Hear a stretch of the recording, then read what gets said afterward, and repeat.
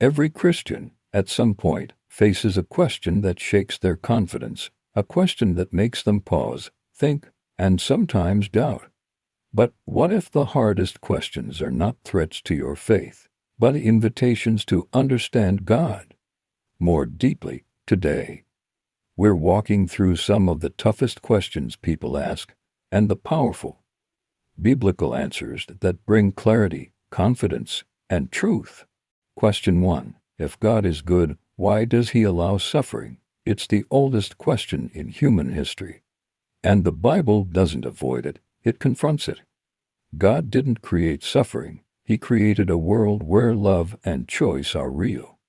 And real love requires real freedom, even the freedom to choose what hurts us. But here's the hope: God doesn't stand far away from our pain. Through Jesus, he steps into it, carries it, and promises to redeem it. Suffering is not the end of the story, it is the pathway to glory. Question 2. Isn't the Bible full of contradictions? People repeat this often, but very few can name one. Most contradictions are solved by context, translation, and understanding ancient writing styles. The Bible was written by real people, in real history, in real cultures. When you read it the way its authors intended, the contradictions disappear, and the message becomes clearer than ever. Question 3. How can God be real if we can't see him? We can't see gravity, but we see its effects.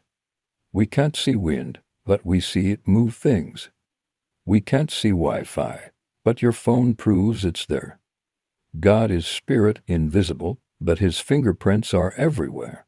In creation, in morality, in human longing, and in changed lives. Seeing isn't believing, believing helps us finally see. Question 4. Why trust the Bible? Isn't it just an old book?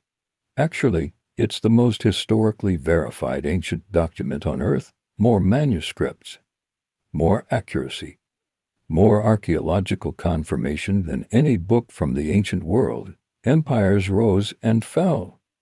Kings came and went. But Scripture remains. Not because humans preserved it, but because God protected it. Question 5. Is Jesus really the only way? This is the question everyone feels. Isn't it narrow? But think of it this way: if you're drowning, you don't accuse the lifeguard of being narrow because there's only one rescue. Jesus isn't one option. He is the rescue, the bridge, the sacrifice, the way home.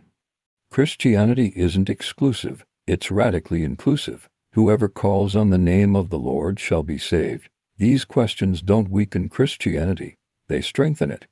Because the truth doesn't fear questions, the truth answers them. If this helps you, like, subscribe, and share this with someone who's wrestling with doubts. This is the Storyteller's Bible, bringing clarity to the questions that matter most.